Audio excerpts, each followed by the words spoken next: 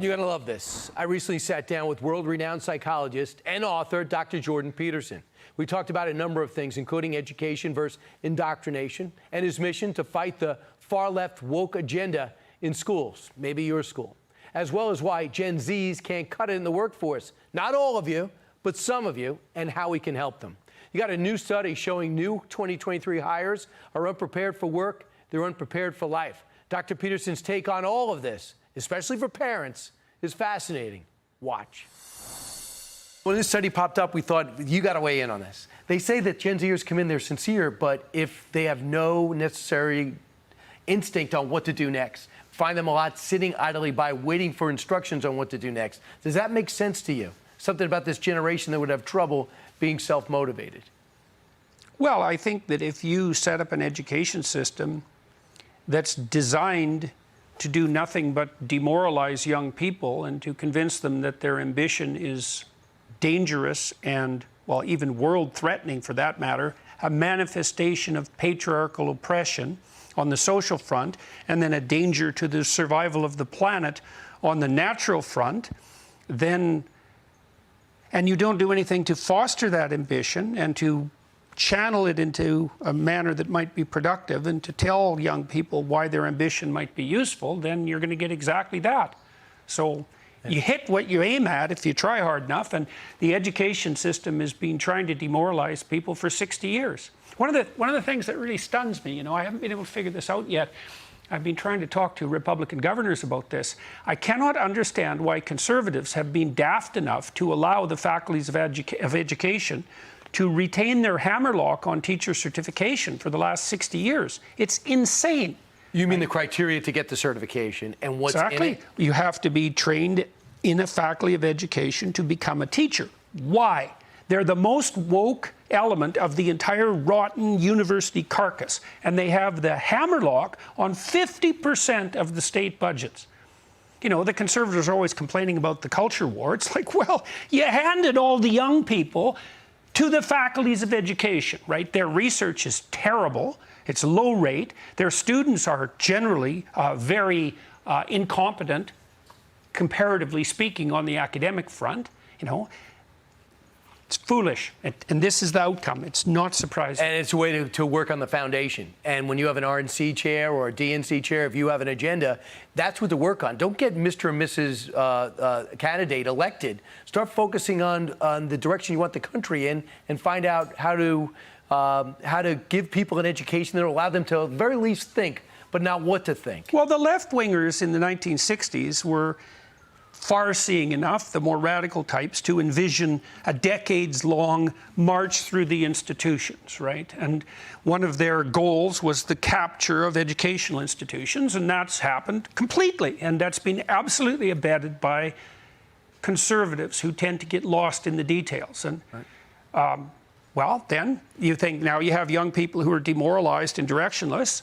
Well, they're never taught anything about how to acquire a direction. You know, we did a study.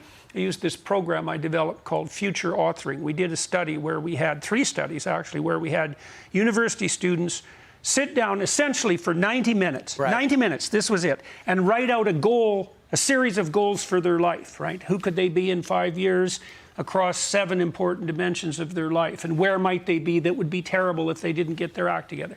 We dropped their dropout rate 50% and raised their grade point average by 35%. 3 separate studies.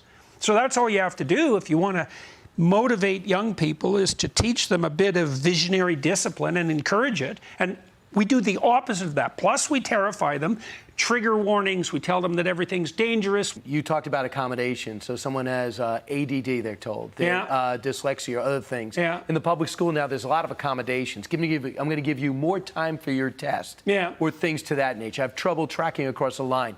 You think accommodations in many cases don't show progress, can be limiting. Why? Well, the problem with the accommodation hypothesis is something like, the advantage is, well, you want to do what you can to help people who might have obstacles that could be overcome to learn. That's not unreasonable. But the problem with the accommodation hypothesis is, well, what happens when you have an actual problem to solve? You're not going to be accommodated. You're not going to be accommodated in a workforce that requires genuine competition. Because if you're accommodated in a workforce that requires genuine competition, you're just going to be taken out. There's no time for that. Right. You might say, well, there should always be time. It's like, well, not if there are important things at stake. Yeah. Well, that's foolish, right? Because when you're making important decisions, you're always balancing one catastrophe against another. You don't have the option that everything's going to turn out. And so the problem with accommodation, well, first of all, it's going to be gamed, and it's being gamed like mad. And second, it gives the person who's being accommodated to the wrong picture of the world to which they're going to adapt. You think about this with parenthood. How should you treat your kids? Well, as a mother and father, you should be a proxy for the world. Maybe a slightly more merciful proxy. But basically, the message you send to your kids about their behavior is the same message that the world is going to send them. It should be. Because otherwise, you're not preparing them for the world. You know, so maybe your kid's annoying as hell to you and your wife, and you don't do anything about it because you think, well, we're all mercy. It's like, that's just fine until your kid has to make a friend or, you know, deal with an adult that's not you, in which case they're going to get slaughtered.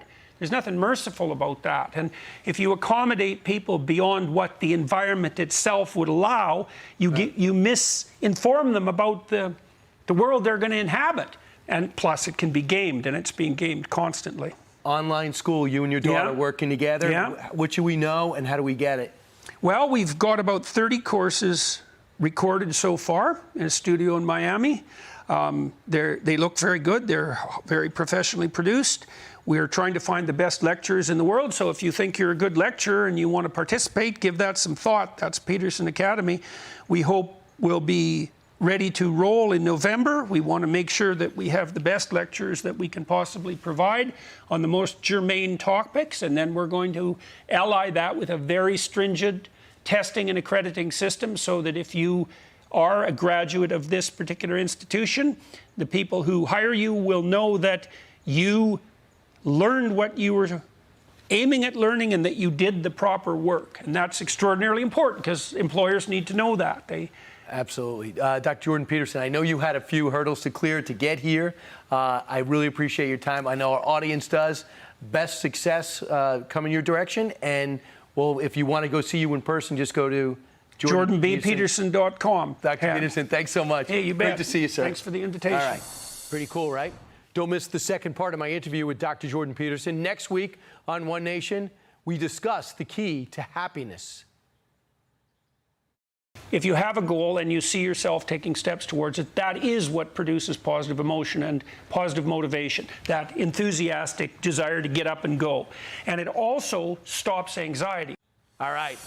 You were going to love this interview. Hey, quick note. Be sure to order my soon-to-be release book, Teddy and Booker T. You'll absolutely love it. It talks about where we were with race, what these two men did to move our country forward. Hey, Sean Hannity here. Hey, click here to subscribe to Fox News YouTube page and catch our hottest interviews and most compelling analysis. You will not get it anywhere else.